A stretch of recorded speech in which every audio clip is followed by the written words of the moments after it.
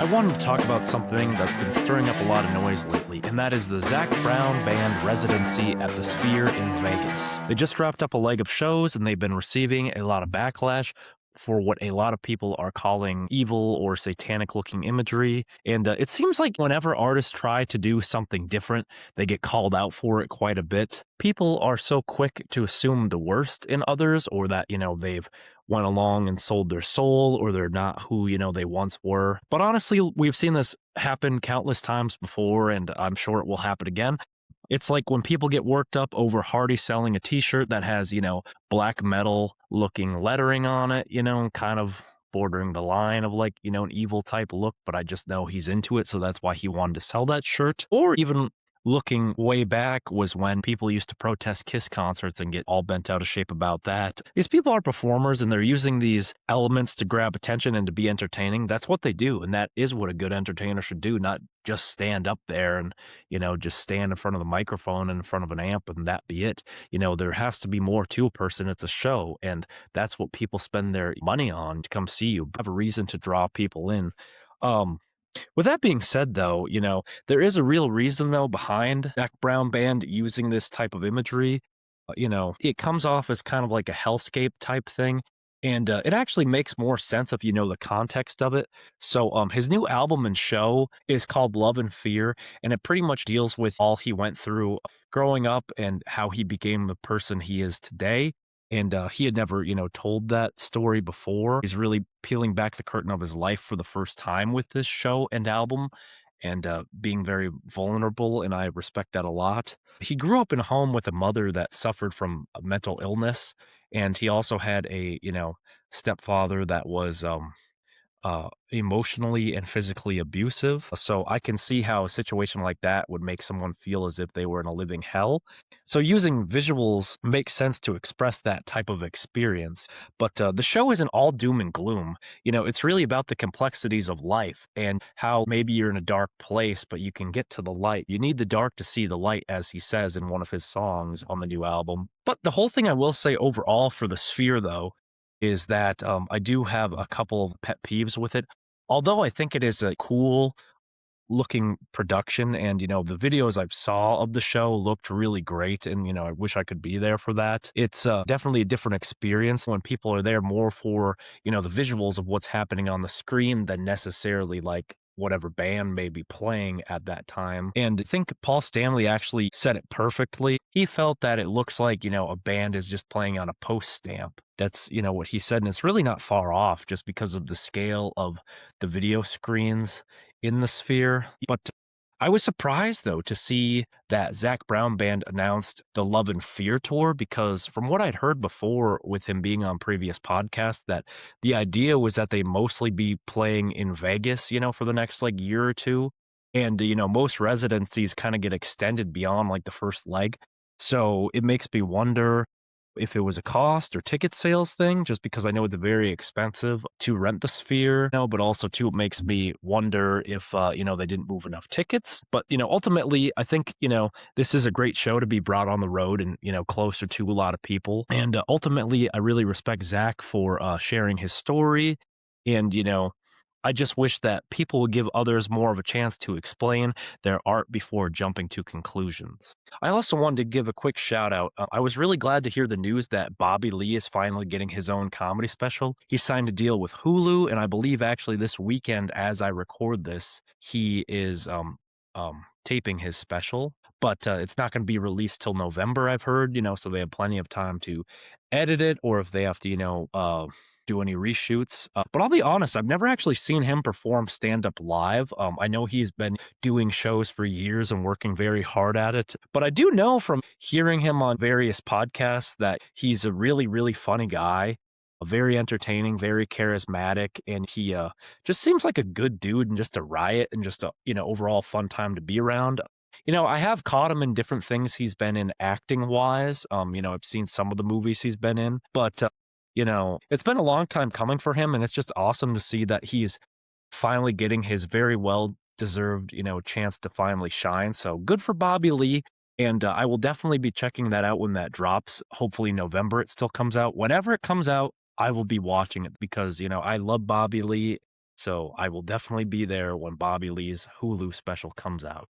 There is some exciting news in the country music world that I have not talked about yet, and that is Ella Langley released Dandelion, which is the title track off her new album, which is coming out April 10th, and it includes a massive 18-song track list. And we actually already got the first single from the album.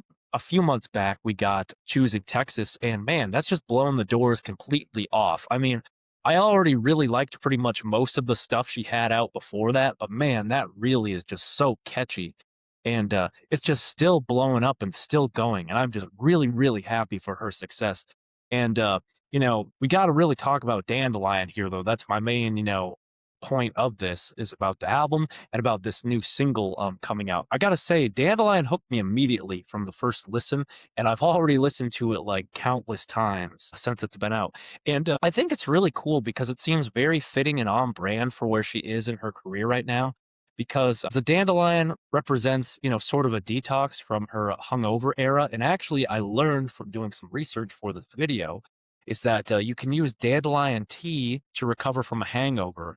And this song, like I said, fits that vibe kind of really well because it serves as a way of her moving forward and embracing something new, but it also has a great message about resilience and about being yourself. And I think we need to celebrate that more. And overall, I think it's a fantastic song, and I can't wait to see what she does next. Also, since I'm talking about Ella Langley, I called it. I knew she was going to be headlining arenas, and I said that. Like, it might not be a ton of tour dates as of right now, but that's probably because, she's going to be doing some dates with Eric Church and some dates with Morgan Wallen. And, she's going to be opening for those two guys, at different points during the year. So that makes sense why she wouldn't, go all in on a huge arena tour just because it would be oversaturating the market. And I'm sure she will get to some of those areas probably next year, if not later this year. But I say that I called it because the second episode that I ever recorded for this podcast, I talked about future arena headliners. And to be honest, that episode did not do the best. And I've been trying to, structure them better since then. But if you were to take a look back at that, I talk about her specifically, and I was correct that Ella Langley would be headlining arenas. And I also, because since we're talking about country, I talked about Meghan Maroney headlining arenas, and she's doing that as well.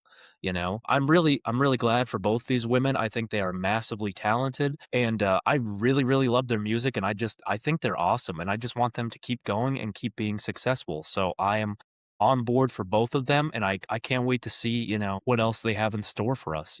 I think country music is in a really good, fun place right now. I know some people might be getting a little bit burned out on it.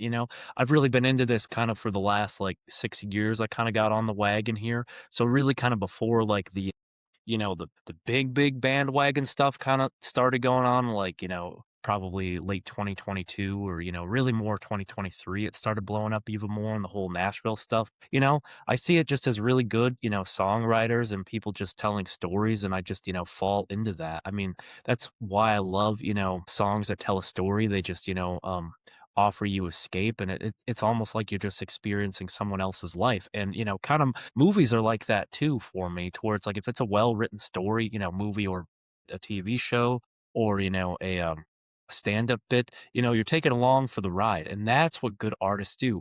And that is why I talk about all these different topics on this podcast. It's just stuff I love, and I want to be able to share it with you guys.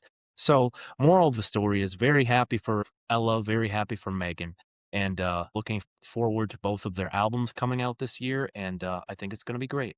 And speaking of country music, I also wanted to talk about some huge news as far as releases go. And I've got to talk about this massive collaboration that came out called McArthur. And it's pretty wild. I mean, you've got Hardy, Eric Church, Tim McGraw, and Morgan Wallen featured on this track. And it was really cool to see, superstars of this caliber together on the same song. Usually you get a feature from like, one or maybe two, you know, big artists, but not to have four huge names on one song. And what I found most interesting was the sentiment behind it. The storyline dives into like four different generations of the same family, and it touches on how things get passed down over time and the struggle between holding on to traditions and dealing with, kind of more and dealing with things in the modern world and, how we move forward. At least, that's what I took out of it. And I haven't heard another song quite like it. And I thought it was really neat in that aspect. It's a cool theory, but I'll be honest, the song hasn't really grabbed me yet. Maybe upon more listens, I'll get more into it. I'm not, bashing the song just because there have been, many other songs that did not hook me right away. But then after another listen or two, I'm like, I get it. I get it. This is a banger. So, maybe with more listens down the line, it will really grow on me. If you've not listened to MacArthur, go give it a listen and see what you think.